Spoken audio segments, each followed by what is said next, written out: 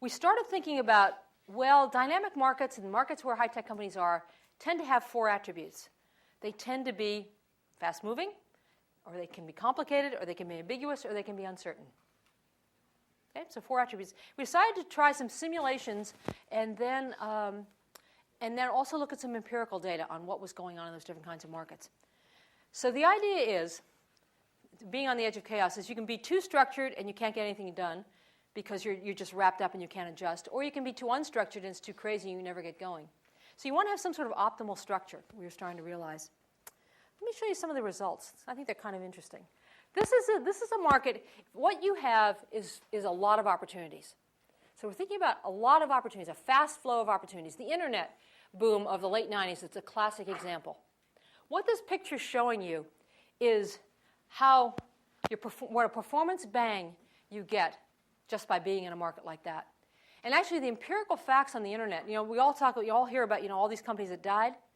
The actual survival rate in the internet boom was much higher than most periods. Yeah, there was a lot of death, but there was also a lot of startup. And in fact, many companies did well. Many companies did well. And some of them became lifestyle businesses that you don't know of, but many companies did well. So the first thing we started to realize is if there's an opportunity there's just a lot of opportunities around a space, it's a really good place to be. On the other hand, there's really bad places to be. And that's in complicated markets. What's a complicated market? It's a market where you have to get a lot of things right. So biotech is a classic example of a complicated market where you got to get FDA right, and you got to get a whole bunch of things right to be successful in a market like biotech. And if you look at the results in biotech, it's mostly low performance. Yes, there's some stars like Genentech and Amgen, but mostly it's not a very good investment. And so this is too complicated a market. So you can see in that picture, you want low complexity, high velocity. Okay, then we looked at a different kind of a market. We said, suppose it's an ambiguous market.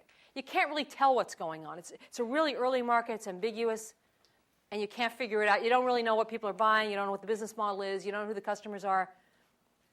So what does this picture say? It says, if you're in a highly ambiguous market, it doesn't really matter what you're doing. You can just kind of do a bunch of stuff. You won't really do very well, but you're just kind of doing stuff, and it's mostly about luck. In contrast, a low ambiguity market is about skill, about the ability to be at the right structure.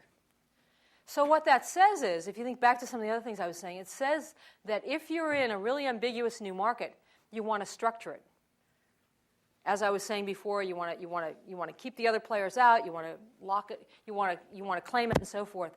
And so if you're a skilled person, you want to get rid of that ambiguity by structuring the market. If you're not so skilled and you want to learn it, then you don't want it to structure. So it's kind of an interesting, I think, different strategies if you enter those kinds of markets and what you might want to do depending on how good you are. And then finally, we looked at uncertainty.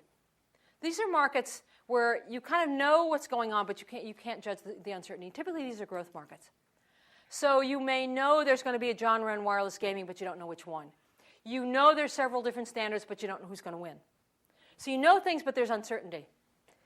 What this says is, if it's a stable market, again, it doesn't matter too much what you do. If it's an unstable, uncertain market, then what you really are trying to do is find the optimal structure.